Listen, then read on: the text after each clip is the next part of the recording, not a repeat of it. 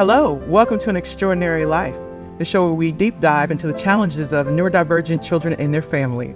I'm your host, Danielle Desiree, and thank you for joining us today. Hi, welcome to Extraordinary Life today. I'm your host, Danielle Desiree, and today I will be sharing with you my story. So a little bit about my background. So I grew up with ADHD, and I grew up with it undiagnosed. So we're going to go back for a little bit. So I am from Atlanta, Georgia. Shout out ATL. And growing up, I talked a lot, excessively. So much so that sometimes my mom had to tell me, Danielle, would you please be quiet? But I was always talking, moving, sitting still just felt foreign to me, you know? I always felt like I needed to be doing something. I knew I was very impulsive as well. So throughout my time growing up, school wasn't really a big issue. And I have to thank my mom for that. Hi, Mom. So she was a teacher, an English teacher, and really good at what she did. And she provided a lot of structure for me growing up. At the time, I didn't like it, but it helped keep me organized and together. There were times where it would get really chaotic for me because I would have everything so disorganized, or I wouldn't be able to focus very well because my brain would just be scatterbrained everywhere, or I would be overthinking constantly. But she was very good with structure. And with having that structure, I was able to succeed in school really well. So we're going to fast forward a little bit. And once I left high school and got out of the house, I wasn't able to keep that structure. So that became a problem for me. I got really down on myself at times because I couldn't understand why couldn't I keep it together? Why could I not have the same structure that I had when I was in my mother's house? And I would try, and I would just feel defeated. You know, well, maybe I am lazy. Maybe I can't focus like everybody else. And I would just constantly be comparing myself to other people and trying to figure out why I was so hyper. Why was I so disorganized? Why was I such an overthinker? That kind of thing. I didn't really have a problem with social skills too much. But there were instances where I just kind of wanted to be by myself because I didn't feel like anybody really understood what I was going through. And I felt like people thought that I was doing it purposely, not to be mischievous or to get in trouble or to be a rebel, but just like I wasn't trying hard enough and I could try harder. So as time went on, I went and got married, moved to different states. I was in the military for a while. And once again, while I was in the military, I didn't have any problems, serious problems, because the military provided so much structure. And it's funny because I didn't know it at the time, okay? At the time, I just thought that, oh, okay, I'm getting better, you know? I'm not having the same issues anymore. And while I was in the military, it was so routine and so structured, and there was kind of like a natural flow I was able to do with that. But when I got out of the military, and I got married, and I remember it was after my second child. I had my first child while I was in the military, and once again, I was okay. I was a single mom, but all this structure, all this support, I didn't really see it being a problem. But when I got out the military and I got married and I had a second child, and the baby at the time had all of these developmental issues. He wasn't hitting milestones. He wasn't walking on time. He was talking delayed. So all these things were cropping up, and I was so focused on him. Meanwhile, my oldest was like in a second or third grade, and he had been diagnosed with ADHD when he was about 6. And it looked so different in him. So I knew what ADHD was. He wasn't really hyperactive, but he had a hard time focusing in school, and that became a problem. There were a lot of times where he would be daydreaming out the window or not focused on his homework, or not able to follow all the directions with school. And I was a little puzzled at first because, ADHD, I thought hyperactivity. And I was like, well, he's not really having much hyperactivity. So they gave me medication to put him on, which I did, and that helped him a lot. So we're going to go back to my story. So I'm in Missouri, and my youngest is having all these problems. And I didn't know what was going on with him. So I just knew that things were getting worse and worse for me with trying to manage everything. So I remember I took him to a well baby appointment, and they wanted to know what was going on with him. And without getting too much into his story, because you'll hear his story later, she noticed some things about me. And she said, "Do you have ADHD?" And I was like, "No. Why do you ask me that?" And this was the doctor. And she was like, "Because I'm seeing clear markers of someone who has ADHD." And I thought about my son, my oldest one, the one that has it and was on medication. And I was thinking, no. I was like, I don't think I have ADHD. So she said, "Well, do me a favor, if you would." She was like, "Can you go to your doctor, your primary care doctor, and just see about it? Just get tested." And she said, "If you don't have it, great. But if you do," she said, "I think that you finding out more about it can help you in your situation." So I said, okay. I figured, what did I have to lose? So I went to my doctor, and because some of the things she asked me, the boxes were checked, I went ahead and had a test or two. And they all came back with me having ADHD. So this was around the age of 30. So in the beginning, I had mixed emotions about it. I didn't know what to think. I was like, how could I have ADHD if I made it all through school without any problems? I was able to go in the military and get my degree and do all these things. And, I have a son who has ADHD, and he's struggling so hard in school in these areas. So I didn't understand at the time that different symptoms, different people, it looks different, right? So it was interesting because then I wanted to find out all about it. And then as I was reading it, yeah, a lot of things fit. The disorganization fit. The not being able to focus fit. When I was a kid, my mom used to call me the Energizer Bunny all the time because I would just keep going and going and going. For those of you who are old enough to remember the Energizer Bunny. Or if you think of Looney Tunes, the Tasmanian Devil, and you know how Taz goes around and is just whirling around, that was me. And I was just constantly always on that thought wheel, just overthinking, like a hamster wheel. So once I found out that's what it was, I was able to do something about it. So I kind of felt relieved as well to have some answers. So after that, my doctor decided to put me on medication. So there's different medications for ADHD. There's Adderall, there's Concerta, there's a few more that I'm not thinking of.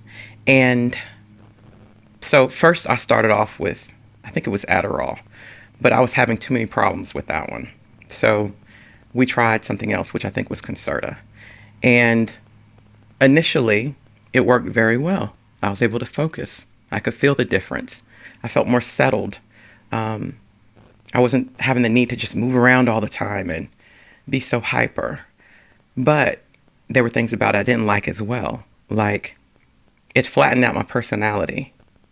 So, yeah, I was able to focus better, but I didn't feel like me. It was just really more like even kill or low kill. And I wasn't accustomed to that. So, my doctor became concerned too, because as time went on, those kind of medications are stimulants. So anytime you're dealing with a stimulant, you got to monitor your heart because there could be heart issues that come from it. So every time I would go to the doctor, I'd have to get my heart monitored, make sure everything was okay, since it was a stimulant. And then on top of that, you got to be careful when you give those kind of drugs out because people tend to abuse stimulants as well. And even though I wasn't doing any of that, just to know that I was on that kind of drug and I felt like, am I going to have to be dependent on this for the rest of my life? That didn't sit well all the time with me. So later on, not too long ago, say maybe a year and a half ago, a little over a year and a half ago, I started being coached with a life coach. And during that time frame, I realized that it's okay to slow down. And I didn't even expect to start grounding the way I do. Okay, so for those of you who don't know, grounding is a way that you kind of connect back with yourself or with your body. Or you can call it stillness as well. Some people like to ground in nature. Some people like to ground in meditation. Some people might ground in prayer. But it's a way for you to reconnect with yourself and your body. It has this way of slowing you down and making you present. And up until this point, I was always on the go, go, go, go, go. Do. Just sitting still like this felt weird to me because I always felt like I needed to be doing something. The only time I didn't really feel like that was when I was sleeping. So going through the experience I went through with life coaching, there would be times where I would be taking a walk and it would be in nature. And there was just this beautiful connection that would happen, whether it would be with the trees, whether it would be me looking at the clouds. For those who know me, I love the ocean and I'm thankful not to live too far from one. So I'd go to the beach and walk and just listen to the waves or just watch them, or even the sensation of the sand underneath my feet, or if you were to walk barefoot on grass. So all these things had a way of just slowing me down completely and being in the present moment. Up until that point, I really didn't know what that meant. I just thought, oh, being in the present moment means talking to somebody and y'all are together in that conversation or something like that. But nature has a way for me to just stop everything. Just slow down and stop and just breathe and to take it all in and to kind of get a sense of renewal or replenishment. And I used to beat myself up when I needed to take a break. Can you believe that? And if there's people out there that do that, give yourself some grace. It's okay. It's okay to slow down. It's okay to stop. I think we live in a society that promotes that so much to the point where it puts us in stress mode all the time, like flight or fight mode all the time, and that doesn't do anything but cause harm to your body. It doesn't help us to give our best to our family, friends, just to our lives. But not everybody may feel like their stillness moment is in nature, like me. You may get it another kind of way, like I said, like breathing, like yoga, like meditation, whatever that is for you, like taking warm bubble baths, whatever it is. Take that moment to just be still. And when I started doing that, I learned by being in the present, my thoughts weren't always on that thought wheel anymore. Instead of just go, go, go, go, go, it just kind of, it's kind of like a natural flow to it, to where I'm not overthinking all the time. I'm not feeling like I have to be on the go or moving all the time. I actually appreciate and love my stillness now, or my grounded moments. And when I don't have them, trust me, I can feel myself going right back to that state. So don't think that I still don't have challenges not jumping back on that thought wheel and being in that go, go, go mode like a hamster, because I do. But when I find that that's creeping back up again, I go out in nature. I may walk barefoot on the grass, like I said. I might lay in the grass and look at the clouds for a little while, but just to take that moment to breathe and to stop and to think and to just take it all in and take in the beauty that's all around me. Now, some people might say, well, you know what? I can't go outside all the time, or I may be allergic to something outdoors or something to that extent. And that's fine. I'm just saying, find what works for you. And this doesn't have to be for people that just struggle with ADHD as well. This can be for anybody that's going through stressful situations, anybody that's needing more peace into their lives, and to have that sense of peace in that moment. Because all we really have is the present moment, you know? By doing this, I've learned that it's okay.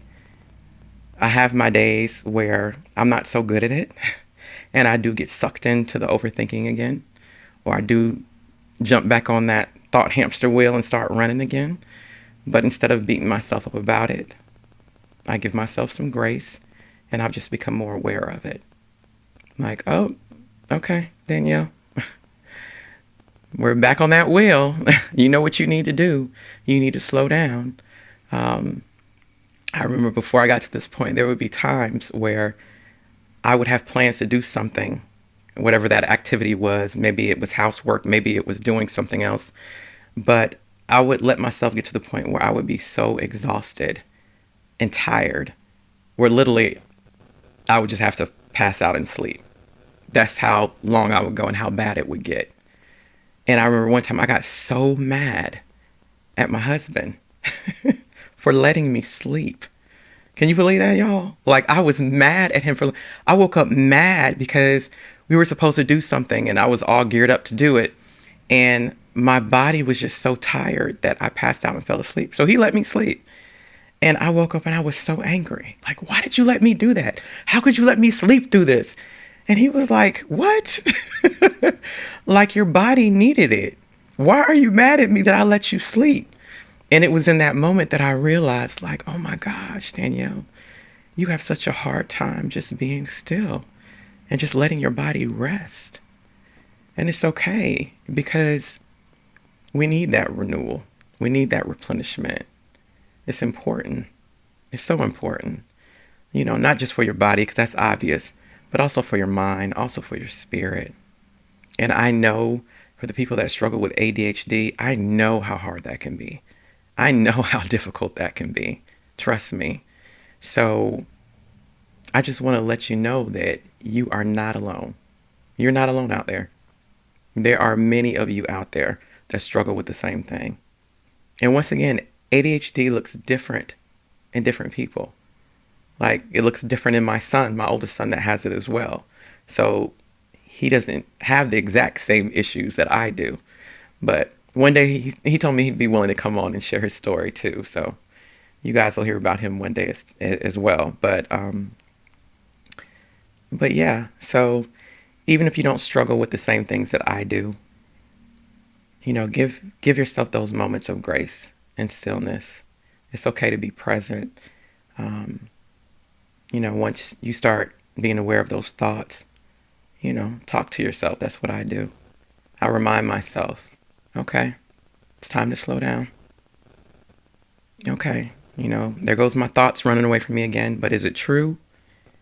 Is what I'm overthinking true, or is this made up? Am I running with it? I'm giving myself anxiety because I'm up here worrying about things that didn't happen yet?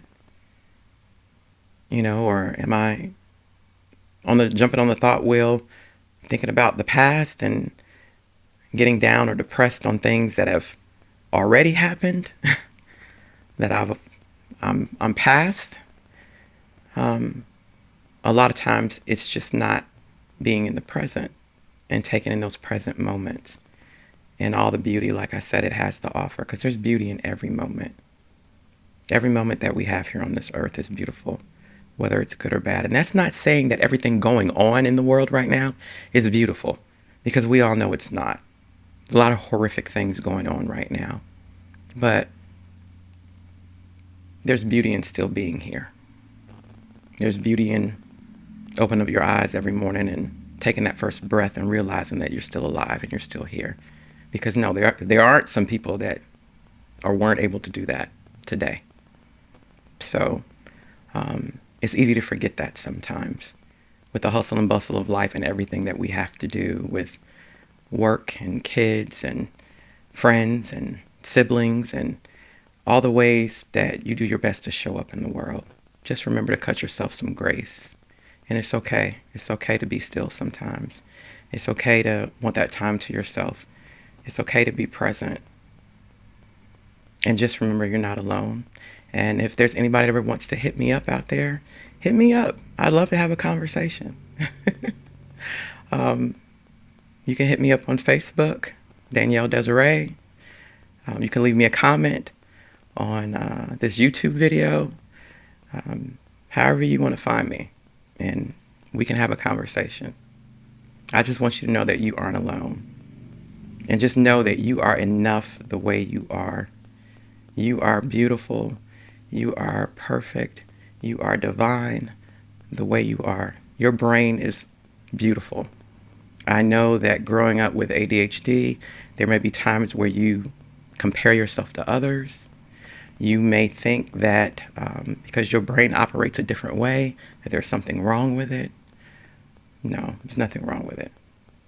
You just have a beautifully different brain that can do wonderful things. So just because it's different doesn't mean it's broken or it's wrong. So I just wanted to leave that with you guys today. Just remember you're enough the way you are. And until the next time, peace and blessings to you all.